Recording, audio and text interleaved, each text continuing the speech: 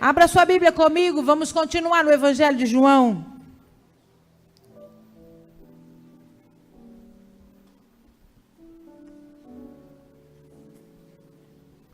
Evangelho de João, capítulo 14.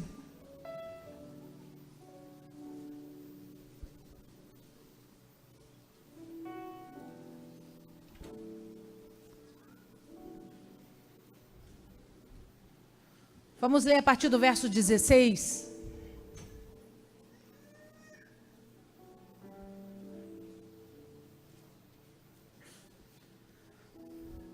Evangelho de João, capítulo 14, verso 16. Se você achou, dá um glória a Deus.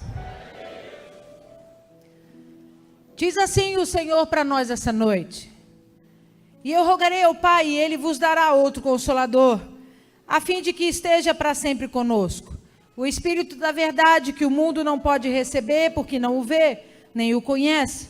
Vós o conheceis, porque Ele habita convosco e estará em vós. Mas não deixeis órfãos, voltarei para vós outros. Ainda por um pouco, o mundo não me verá mais. Vós, porém, me vereis, porque eu vivo, vós também vivereis.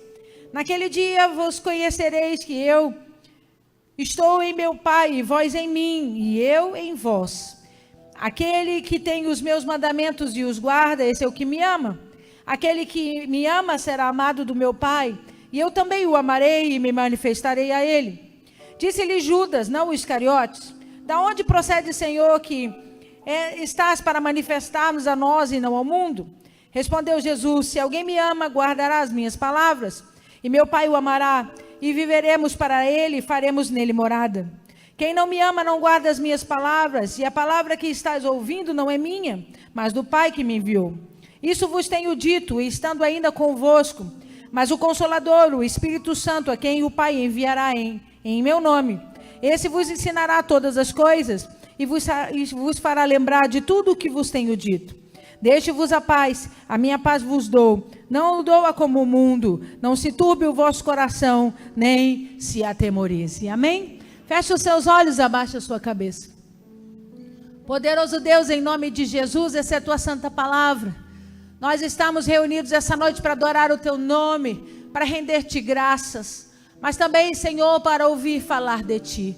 Por isso eu me coloco atrás da cruz de Cristo, a sombra do Onipotente, e eu te peço: toma esse altar que é teu de honra e direito, ministra sobre nós, para a glória do teu nome, em nome de Jesus. Amém, amém, amém. Você pode aplaudir ao Senhor?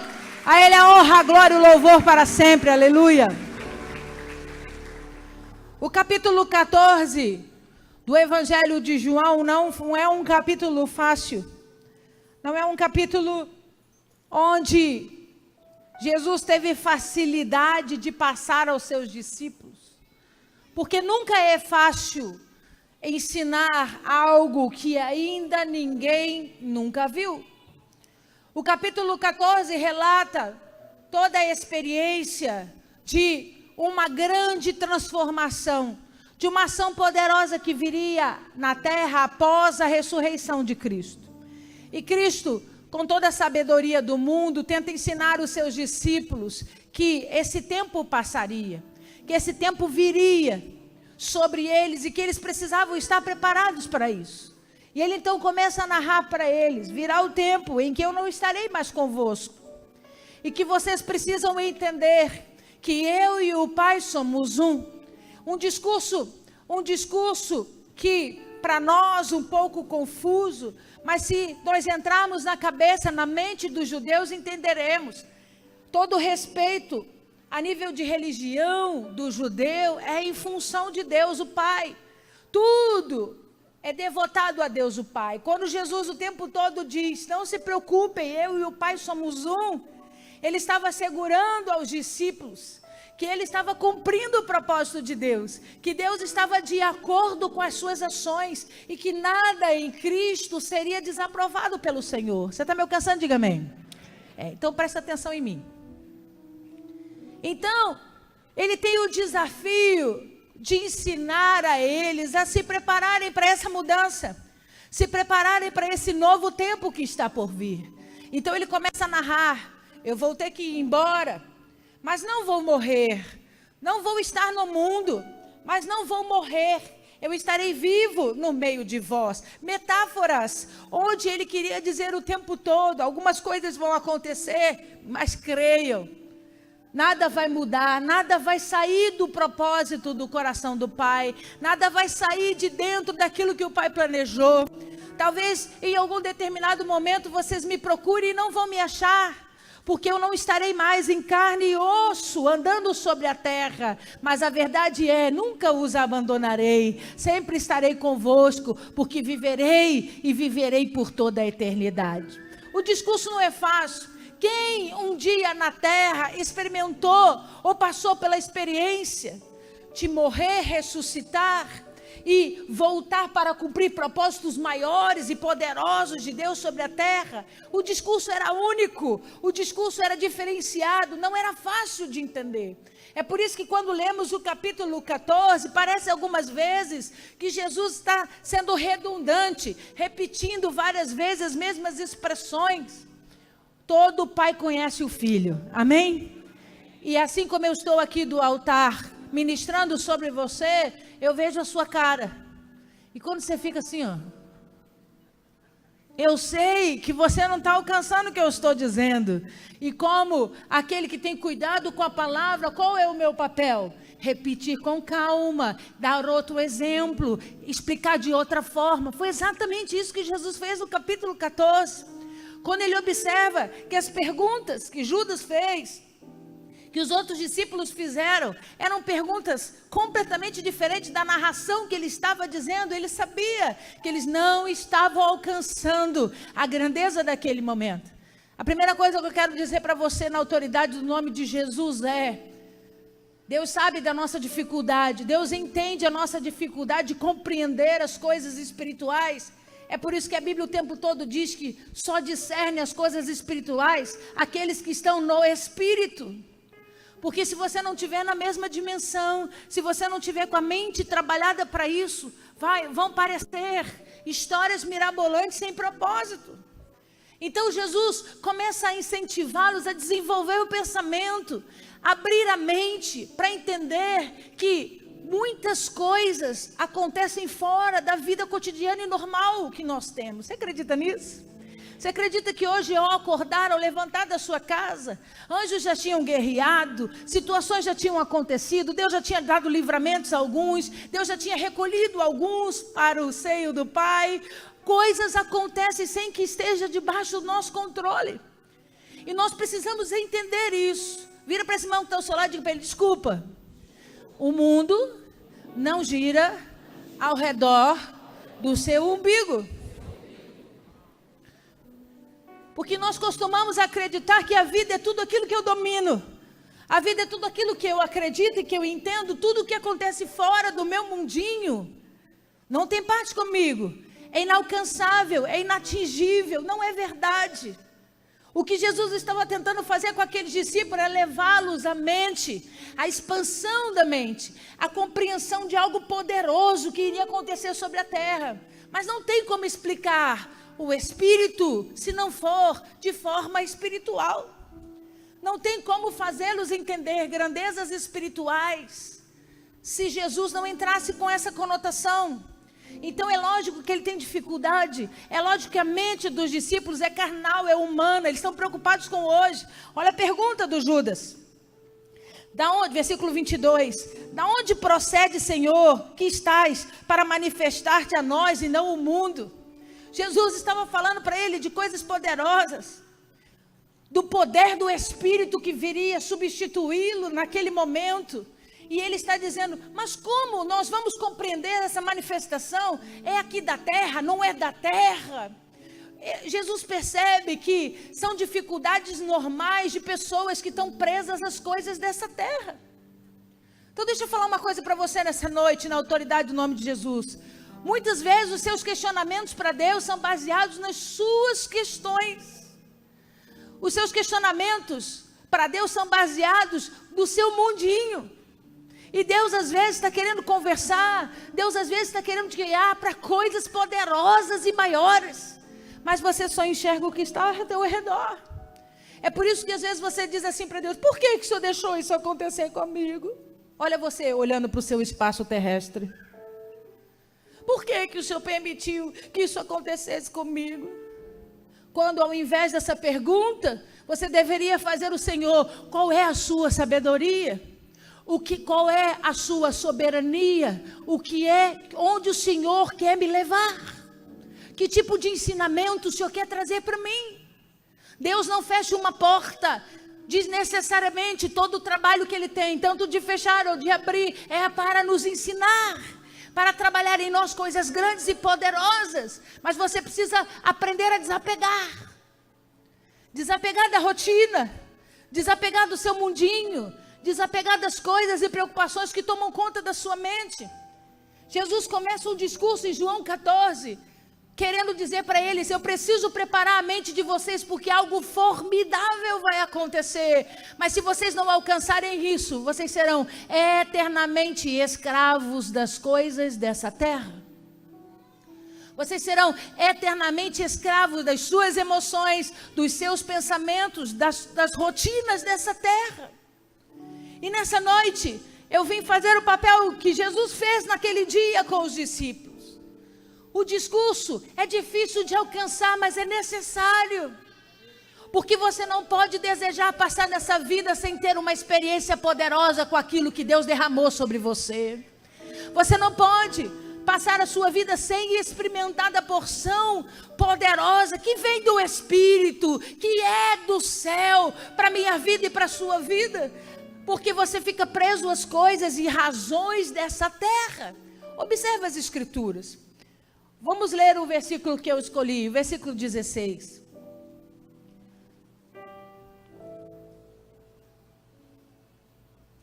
Lê comigo primeiro um pouquinho antes, o capítulo 14.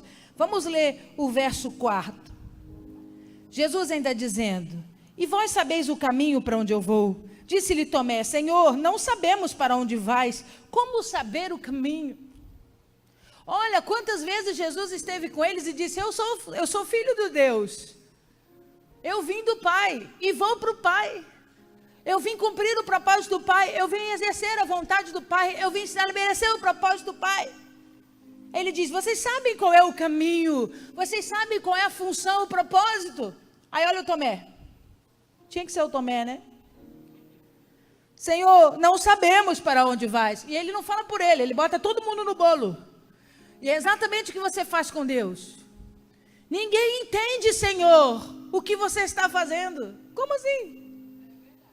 Como que você responde por todos? Tomé responde por todos os discípulos. Olha aí. Não sabemos para onde vais. Como saber o caminho? Ele diz: que discurso doido é esse? Que maluquice é essa que o Senhor está dizendo? Nós não estamos entendendo nada. Não sabemos o caminho. E aí olha a resposta de Jesus. Versículo 6. Eu sou o caminho, a verdade e a vida. Ninguém vai ao Pai senão.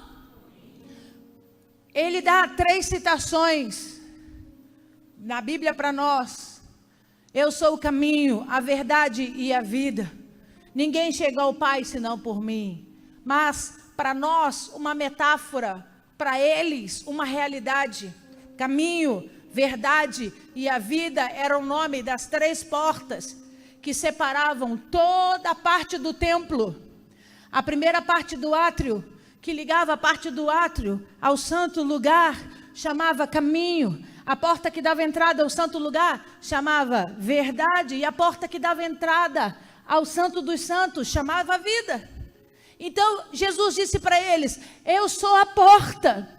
Eu sou a porta que faz vocês passarem pelo átrio, que faz vocês passarem pelo santo lugar e que fará vocês entrarem no santo dos santos. Ninguém chega ao santo dos santos, ninguém chega diante de Deus se não for através de mim, porque eu sou o caminho, eu sou a verdade e eu sou a vida.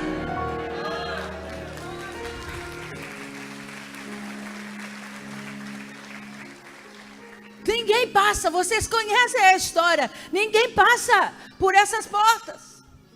Mas eu estou dizendo Eu serei aquele que vou introduzir vocês, que vou dar acesso a vocês, vou descortinar o proibido e vou revelar-lhes a unção do Espírito. O discurso é complicado, mas ao mesmo tempo é desafiador. Deixa eu dizer uma coisa para você, amigo. Paulo disse isso nas suas cartas. Quando eu era menino, eu falava como menino, me comportava como um menino. Mas chega um momento da história da vida do homem que ele precisa crescer. E não dá para você vir buscar a Deus 20, 30 anos da sua vida e ouvir a mesma mensagem. Você já sabe que Deus é amor, você já sabe que Deus cura, você já sabe que Deus liberta, você já sabe que através de Jesus você recebe salvação, sim ou não? Então chega um momento que a conversa tem que mudar. Porque o discurso de menino passou.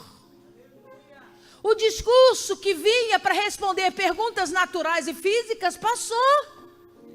Agora chegou um momento onde Jesus está nos convidando para uma conversa onde precisamos manter a nossa cabeça longe dos nossos tratos físicos, pessoais e terrenos e abrir a nossa mente para a porção do Espírito.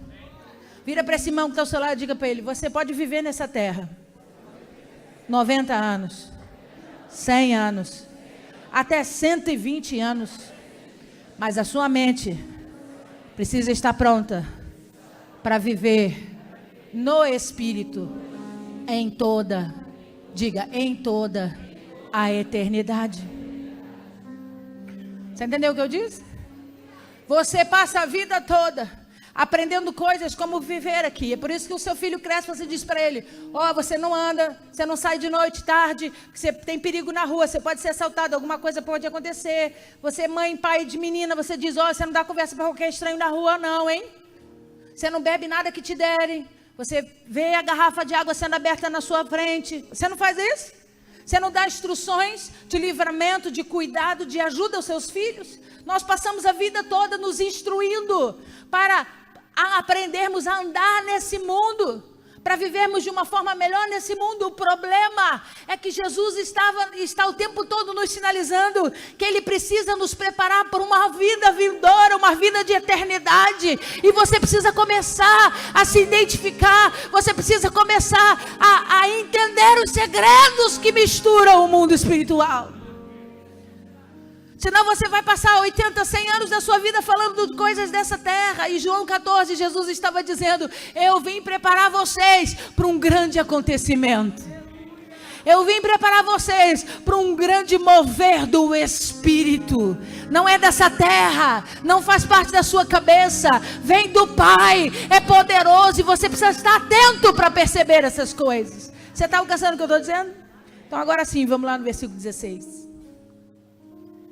Ele diz: e eu rogarei ao Pai, e Ele vos dará outro Consolador, a fim de que esteja para sempre convosco, o Espírito da verdade, que o mundo não pode receber, porque não o vê, nem o conhece. Vós o conheceis, porque Ele habita convosco e estará entre... Então, observa comigo. Ele começa anunciando: eu roguei ao Pai, e Ele vai enviar outro. A palavra outro no grego significa outro igual, semelhante a mim, não diferente, semelhante a mim. Eu roguei ao Pai, e Ele vai enviar outro, parecido comigo. E Ele dá a característica dele, e Ele diz: outro com, leia aí, outro Consolador. A palavra é parakletos no grego. Parakletos no grego não é traduzido diretamente como consolador. O significado original da palavra é aquele que dá força, aquele que encoraja. Então vamos ler de novo. Olha o que Jesus estava dizendo: e eu rogarei ao Pai, e Ele vos dará outro como eu, que lhe dará força e lhe dará coragem. Olha o que Jesus estava dizendo para ele. Eu estou preparando vocês, e estou dizendo: não tenho como ficar, vou ter que voltar para o Pai, mas outro virá no meu lugar, e esse cumprirá o propósito. o grande propósito do coração de Deus. E Ele permanecerá convosco todos os dias até a consumação dos séculos. Ele vai permanecer e Ele vai cumprir toda a palavra separada do coração de Deus para vocês. E Ele começa a entregar os segredos. Ele diz, na nossa tradução, consolador. No português, consolador é aquele que traz consolo. Mas a palavra original é muito mais forte. Porque nós precisamos de consolo, sim. Mas a função especial do Espírito Santo do Senhor é nos trazer força, é nos trazer coragem. Pergunta para mim, por quê, pastora? Porque no reino não tem espaço para os fracos e tímidos. A função do Espírito é me encorajar. A função do Espírito é me dar força para eu cumprir o propósito de Deus sobre a terra sem pestanejar. Vira para esse irmão que está ao seu lado e diga para ele, você está precisando de um pouquinho de força e coragem nessa noite? Olha o que diz a palavra. Ele continua falando do Espírito Santo. E ele diz, o Espírito da verdade que o mundo não pode receber. Por que o mundo não pode receber o Espírito da verdade? Porque o mundo baseia as suas expectativas e escolhas naquilo que ele vê. O mundo não vê o Espírito. O mundo não enxerga a ação do Espírito. Vai começar com uma pessoa que não é participante, próximo das obras do Senhor. Você vai dizer para ela assim, você viu o livramento que o Senhor deu? Aí ela vai dizer assim, foi sorte, né? Você vai dizer, você viu como Deus trabalhou? Ela vai dizer, não, a pessoa mereceu. Porque o mundo não enxerga a ação do Espírito. O mundo não o vê. E como não o vê, não o crê. Não compreende o seu agir. Não compreende a forma de trabalhar. Não compreende como ele executa as obras do Pai sobre a terra. Então Jesus diz, o Espírito da verdade virá. O problema é que o mundo não os vê. E não o reconhecerá. Aí ele continua, lê comigo. Vós o conheceis, porque ele habita conosco e estará em... Eu preciso que você observe o tempo do verbo. O texto diz assim, porque ele habita conosco. Habita está no presente. Ele diz, ele está aqui agora conosco. Ele está aqui agora no nosso meio. Ele está presente aqui. Mas ele continua e ele diz, e estará em vós. Está no meio, mas não está neles. Posso falar? Posso começar a pregar essa noite? Na autoridade do nome de Jesus, eu quero crer que essa é a geração que entende a diferença de ter o Espírito no meio e passar a ser a habitação do Espírito. Que entende que o Espírito de Deus habita no nosso meio, o Espírito do Senhor está aqui agora, o Espírito do Senhor anda, o Espírito do Senhor vai aos lugares onde intercedemos, onde pedimos. O problema é que Jesus estava preparando os seus discípulos para viver um tempo diferenciado, não um tempo de conforto apenas, porque às vezes o teu problema é solidão, e eu dizer para você, calma, você não está sozinho, isso te conforta, isso gera consolo no seu coração.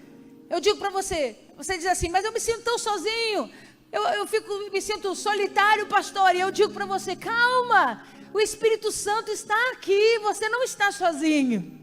Isso é uma palavra de consolo, isso te consola. O problema é que Jesus não veio anunciar apenas aquele que vinha para consolar. Jesus estava anunciando aquele que viria para fazer morada e transformar a vida do homem verdadeiramente. Porque eu não vou precisar de uma experiência externa para me consolar na minha solidão. A partir do momento que a minha mente explode e cresce no reino, eu entendo que a minha busca não está no ambiente, a minha busca está dentro de mim. E toda vez que eu busco Ele dentro de mim, Ele se manifesta.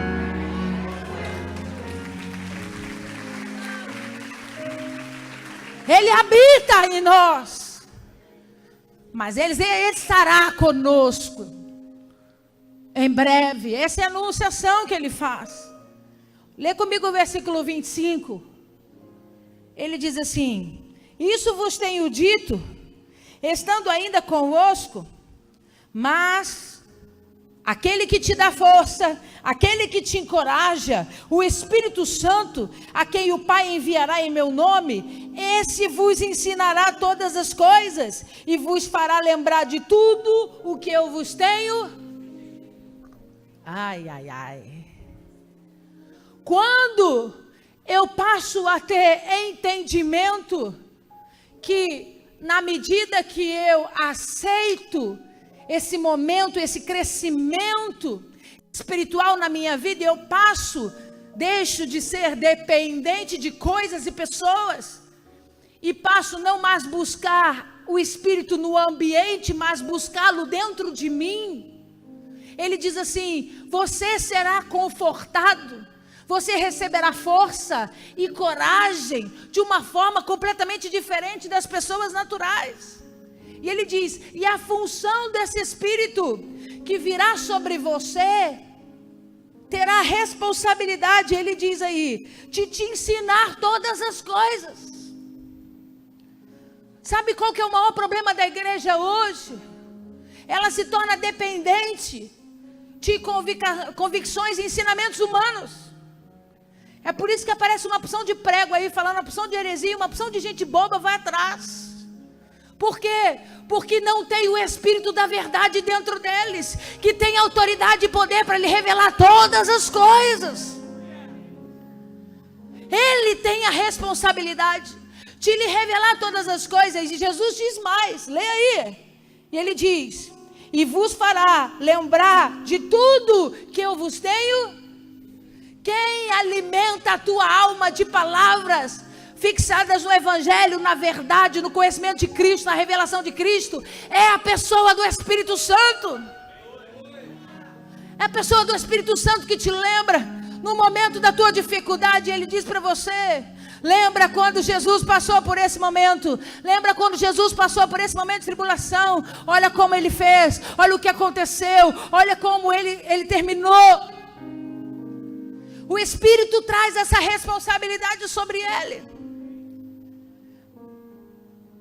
Vai comigo no capítulo 15.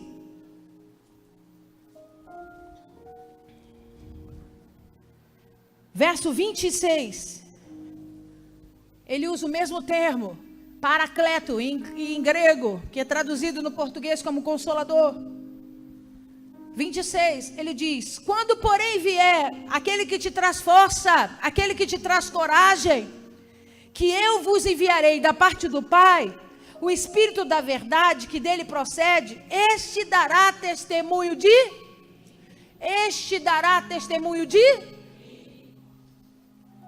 Quando você começa a entender que o Espírito da verdade precisa não estar mais do lado de fora habitando, mas morando, estando em você.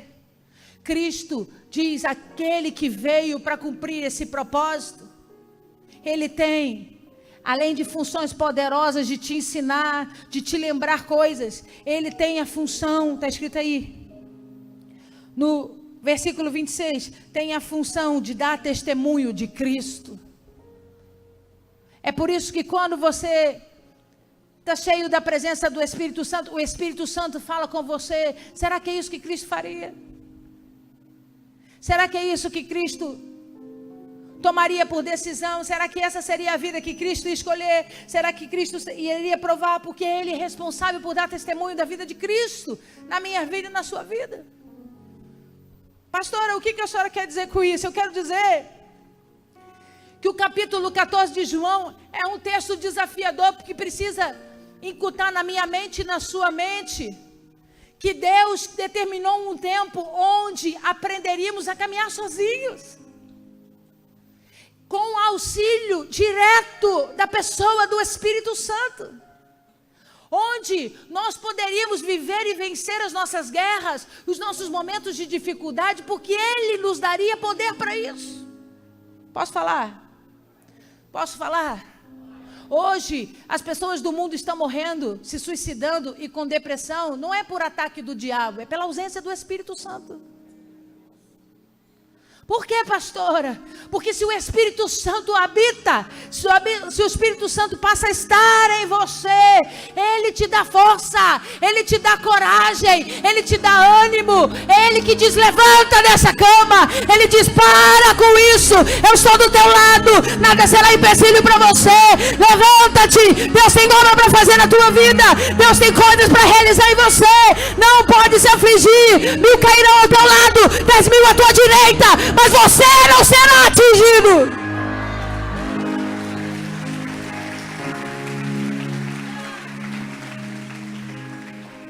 Pastora, a senhora está dizendo o quê? Que a gente não tem o direito de ficar triste? Todo mundo tem direito de ficar triste, você não tem direito de ficar prostrado, se você for cheio do Espírito Santo. Por que, pastora? Porque quando você está prostrado, desejando a morte, o Espírito pode habitar no lugar, mas não está em você. Porque está escrito claro na Bíblia Sagrada que a partir do momento que Ele está em você, Ele vem para te dar coragem, Ele vem para trazer força, Ele vem para fazer a obra que o Pai disse que faria na sua vida. Você acha que foi fácil para Jesus enfrentar o Getsemane? Quando Ele chega no jardim do Getsemane, e Ele sabe que aquilo seriam horas que antecederiam a sua morte. Não era uma morte comum. Ele sabia que sobre ele viria todo o peso do pecado da humanidade. E ele estava pronto para passar por isso. E ele vai ao jardim. E quando ele chega no jardim, ele diz aos discípulos, vocês ficam aqui embaixo, eu só quero o pé do Tiago e João comigo. E ele separa os 3 que tinham relacionamento, que o compreendiam de uma forma especial e diferente. Chama os 3 para mais perto e diz para eles, eu preciso que vocês orem comigo nesse momento. Eu sei exatamente o que vai acontecer. Eu sei exatamente todo o processo que eu irei passar. E eu preciso que vocês estejam orando por mim.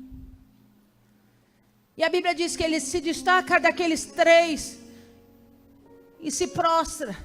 E começa a fazer a sua oração, e a pressão é tanta sobre Jesus, que a Bíblia fala que ele transpira suor como sangue, gotas de sangue.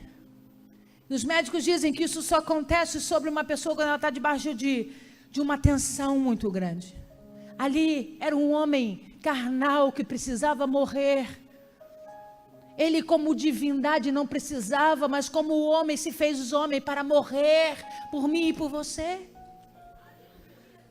E ele entra em contrito naquele momento e ele começa a orar a Deus.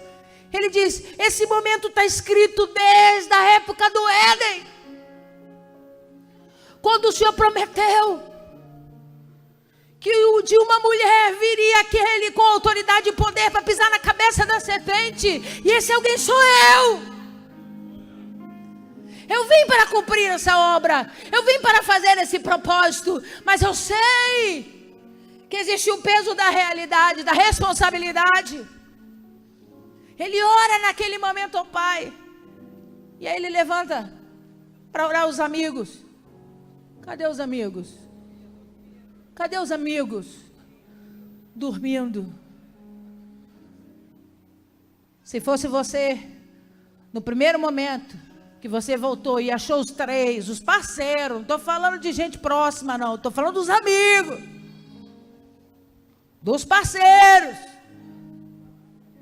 Se você volta e encontra eles dormindo, naquele mesmo momento você diz, eu quero que o mundo se exploda, eu quero que todo mundo morra e vá para o inferno. Porque eu não vou pagar preço por ninguém. Vou morrer agora pagando preço para esses 3 trouxas que são incapazes de estar orando pela minha vida. Eu vou me embora, que se dane o mundo. Ele volta e diz para eles, acorda rapaz, vocês estão doidos, né? Eu preciso de oração, ora por mim. Ele volta a orar ao Pai. Vem pela 3ª vez. Eles estão o quê? Dormindo, porque encheram a pança na ceia. Comeram pra caramba a ceia da Páscoa. cansados, com sono, deram prioridade à sensação carnal, terrena. Se prostraram dormindo, e ele diz: agora acorda, porque não tem mais tempo, o traidor está vindo aí. Eu quero que você se coloque no lugar de Jesus. Será que só porque ele era filho de Deus foi fácil para ele? Não, não foi. Qual que é a diferença dele e para você nesse momento? Ele não estava com o Espírito habitando no jardim do Getsemane, o Espírito estava nele. É por isso que ele teve força para levantar naquele lugar, mesmo quando o seu corpo tremia e suava sangue. Ele levantou, olhou nos olhos do traidor e disse: meu corpo está abalado, eu não tenho ideia de como que vai ser as dores que eu vou passar, mas uma coisa eu sei: aquele que habita em mim me dá força, aquele que habita em mim me traz coragem para cumprir o propósito de Deus.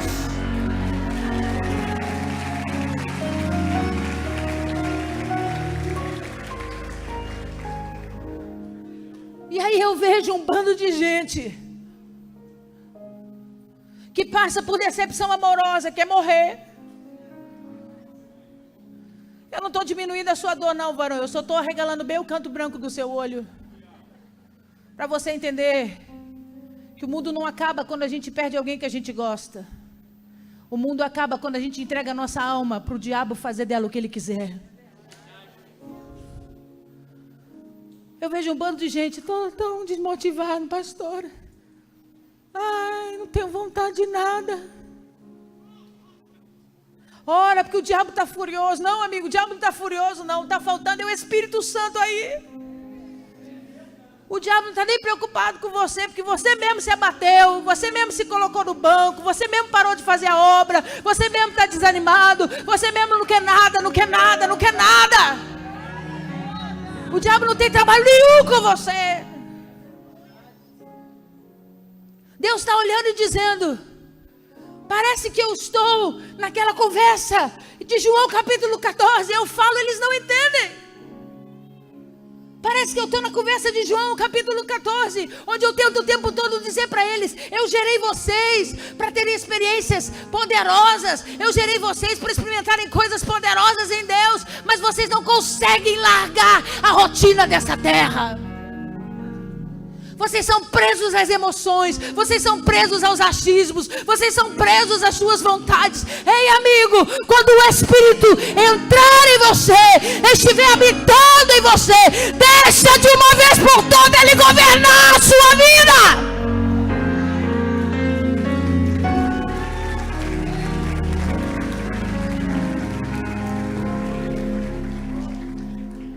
Não adianta fazer campanha de 30 dias no monte de oração.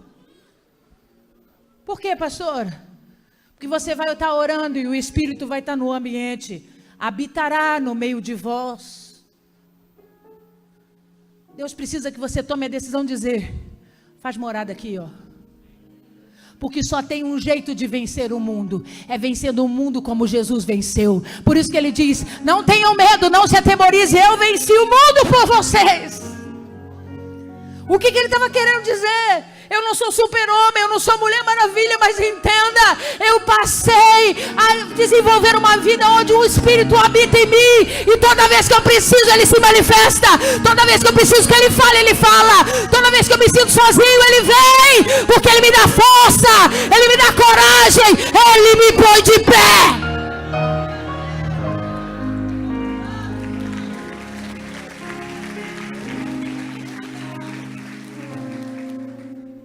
Jesus estava querendo ensinar aos discípulos: eu não vou estar mais aqui.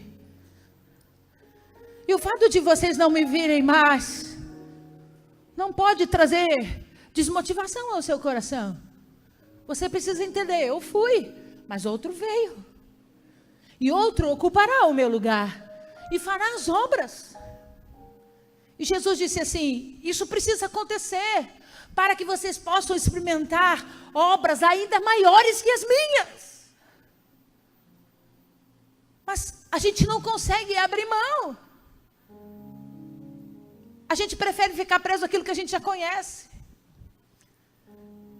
É por isso que quando você foi no retiro pela primeira vez, e você passou pela experiência do retiro, a maioria das pessoas disseram assim: pastora, como eu passei tanto tempo da minha vida sem viver isso, sem compreender essas coisas. Por quê? Porque quando você passa por uma experiência que abre a sua mente, aquilo te desconstrói. Desconstrói todo um passado, desconstrói toda uma história de vida. Jesus estava querendo ensinar os discípulos, nós passamos anos juntos, eu ensinei vocês, foram experiências ótimas, falei do reino, falei das obras do Pai, falei para vocês como o Pai quer que aconteça. Agora vocês precisam caminhar, e precisam aprender a caminhar de formas diferenciadas. Como vocês serão identificados nessa terra? Não é pelo coque, não é pelo vestido comprido, não é pelo linguajar labassubirrébia.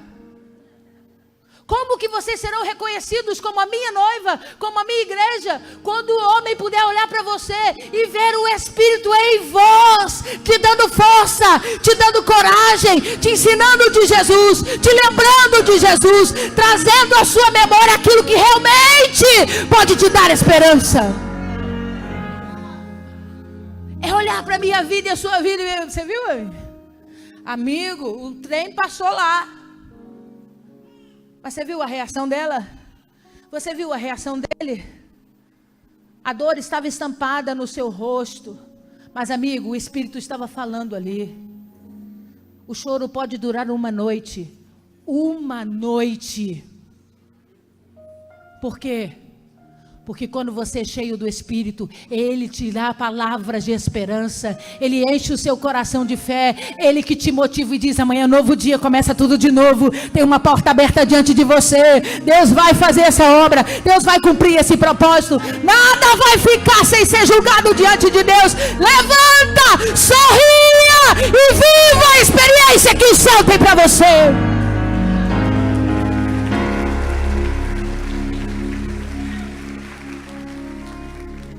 Pastor, o que a senhora quer? Eu quero, em nome de Jesus, que você entenda que eu não vou ficar expulsando espírito de tristeza, porque não tem nada com o diabo. Eu não vou ficar orando para Deus arrancar de você a desmotivação. Ai, pastor, estou devagar, quase parando, não tenho vontade de nada. Sabe por quê, amigo? Nada que eu venha trazer de fora vai compensar aquilo que precisa estar dentro de você. É o Espírito se movendo em você, que os seus olhos vão voltar a brilhar, que a sua pele volta a arrepiar de novo, que o seu coração dispara, quando Deus fala a respeito das promessas, das expectativas que Ele tem a seu respeito. Você está murchinho, é porque está faltando o bombear do Espírito dentro de você, está faltando o Espírito gritar no seu ouvido: acorda, levanta-te, porque um novo dia começa, e as misericórdias do Senhor se renovarão. Você tem se envolvido com as coisas dessa terra, você tem entregue o seu coração às fábulas, você tem entregue o seu coração às coisas que estão roubando a tua paz e a tua alegria. O mundo nunca reconhecerá a ação do Espírito, porque o Espírito da verdade não é visto por eles. Só quem enxerga o Espírito da verdade é aquele que consegue alcançar o seu poder e a sua forma de se manifestar sobre a terra. O mundo não tem esse poder. Por que Jesus ensinou isso a eles no capítulo 14? Porque Jesus estava preparando eles. Se caso eles se perdessem, se afastassem, cada um fosse para um canto, tendo a certeza que o Espírito Santo estaria dentro deles, Jesus sabia que o propósito de Deus se cumpriria sobre a terra. É por isso que, antes do Espírito ser derramado em Atos capítulo 2, Jesus os reúne no cenáculo e diz para eles: Eu venho aqui para fazer algo especial e diferente nessa noite. E a Bíblia diz, ele sopra sobre eles e diz, recebei o Espírito Santo. Não teve manifestação de poder, não tinha línguas de fogo saindo sobre a sua cabeça. Eles não falaram em línguas estranhas. O que Jesus fez com eles então? Jesus colocou dentro deles aquilo que naquele momento estava apenas habitando.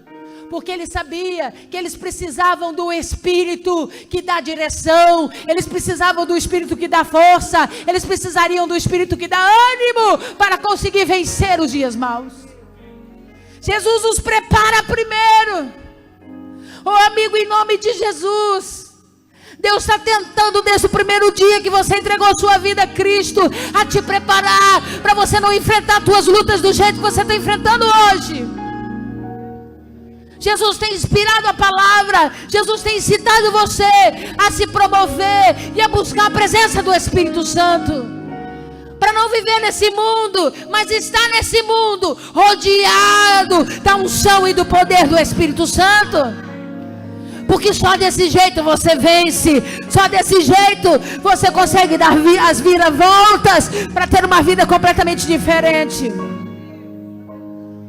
O problema é que às vezes você não tem dado espaço, valor ou oportunidade para o Cristo realmente permitir que o Espírito faça morada em você. Fazer morada em você definitivamente.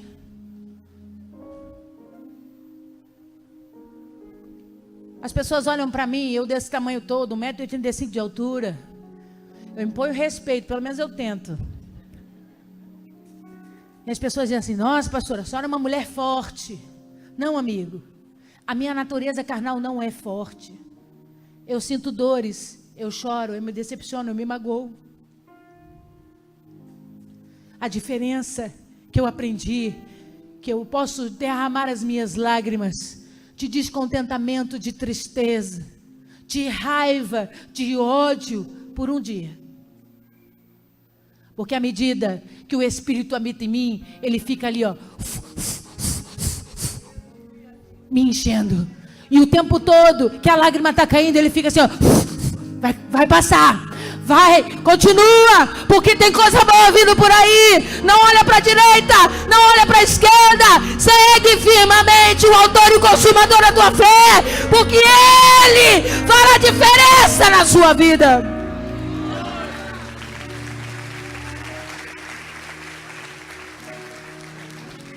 Mas como que você passa por essa experiência? Se permitindo ser morada dele. Não se contente em ter o Espírito habitando no meio.